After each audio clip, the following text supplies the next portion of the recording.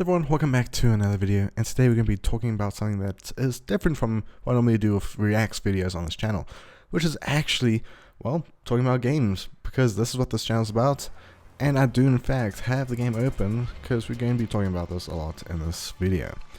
Now, this video is mostly going to be talking about what I feel about this game, because this game is something that I enjoy a lot. It is very interesting, it has good graphics in it, and also there are some downsides. Now this video will be useful for people that are already enjoying the game and just have the same issues as me, or you're new to the game and you're just wanting to know, is this a game you should actually get for yourself? Because let's be honest, this game is expensive, but if you don't have the Game Pass, it will cost you. But if you do have it, yeah, good for you. But let's get straight to the track and talk about this game. Now I am doing this race at my home circuit because I am South African. But starting off with this video, we are going to be talking about the goods of this game, because this game has a lot of good things to it. Now, obviously one of the things that stand out about this game the most is the graphics. I mean, like, look at these graphics on these cars. They're really good, it's got a good design to them, they have a good shine to them, which is also hard to find with most games. The way they design this game is really good. I mean, I'm enjoying this game with the designs and just how realistic it is in terms of other games in the same market. Now, going to some of the other good things is just the control. Now, when this game first released, of course, we all knew that the handling was a lot different from the previous games we've seen from Forza. Now, if you were coming from Forza Horizon 5 like me, and you went straight to this game, you would know that the controls were so different. I mean, it was hard to control the cars, but with some big updates they've brought to this game, which I think they are on a higher version of the updates side, they have done a lot with the handling, the controlling of the cars, and just how the mechanics work, which is a good plus for them.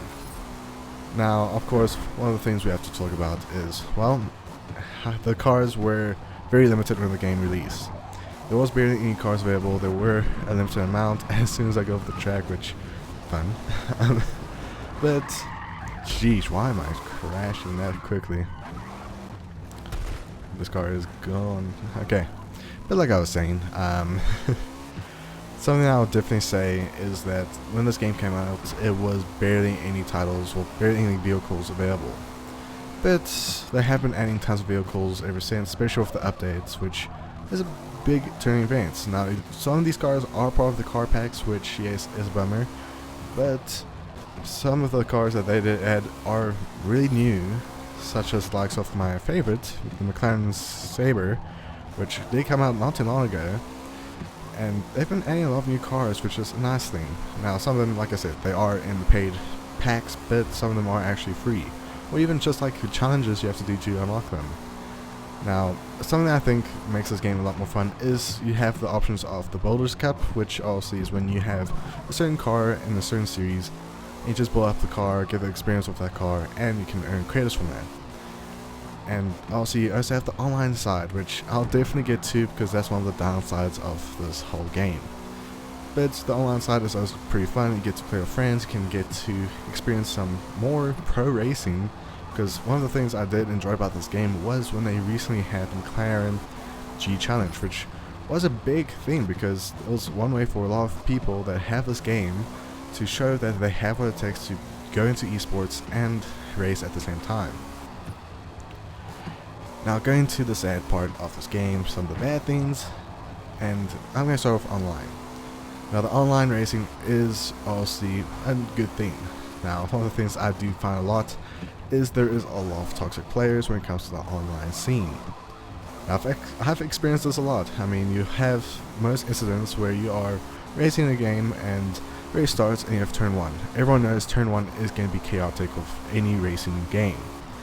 Now, what you can see a lot is that either that's abuse with voice chat, because you do have that with this game, which some people tend to forget that there is voice chat in this game, but you can easily just toggle it on and off.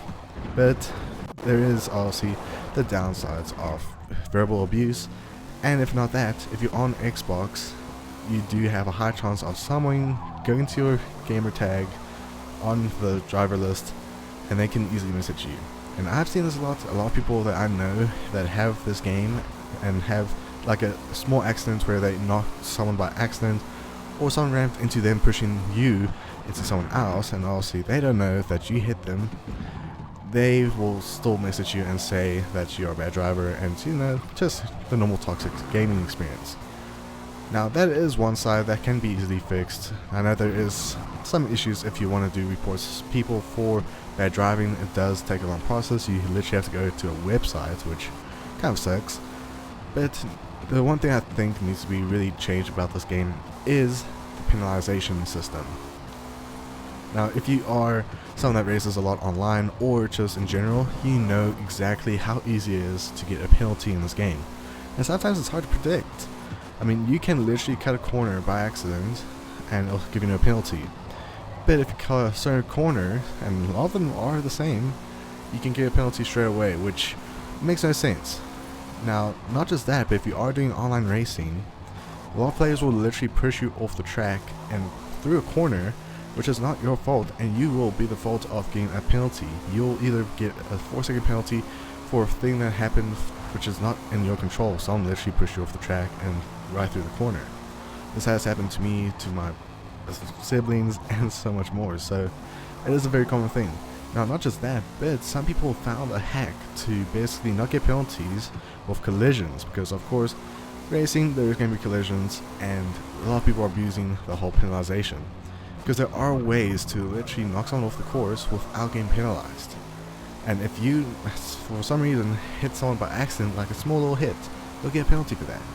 Now that's all the things I can really say about this game, because they have been making sure this game is up to date. They have been doing a lot of updates to make sure there's no bugs around and making the game experience more, you know, entertaining and more fun, because obviously every game needs to basically learn, and they learn from that by going through some bugs and, you know, just some issues that a lot of players have. Now I think it's nice that Forza is listening to players more often, because obviously us players do have more of an insight of what we want with a racing game.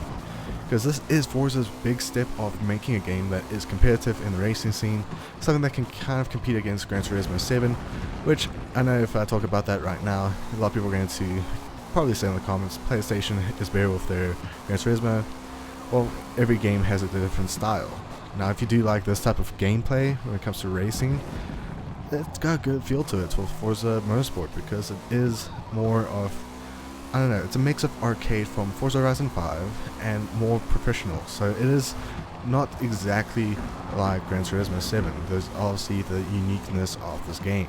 Otherwise, let me know in the comments below what you guys think about this video. Do you think I've listed everything that is the issue of this game? Do you have any other things that you think should have been said? Because I know there are a lot of issues. I just listed some of the issues that I have. And let me know, what do you think about this game? Do you think this game is going to have a big potential very soon? Because they have been keeping this game in such a good pace lately. But otherwise, I hope you guys enjoyed. Be sure to hit the subscribe button, helps out the channel a lot. I will be doing a giveaway at 1,000 subscribers. I in fact do have an Xbox Game Pass code, which, I mean, if we get to 1,000 subscribers very soon, maybe I'll give that away. But otherwise, I hope you guys enjoyed. Be safe as always, and see you guys in the next one. Bye.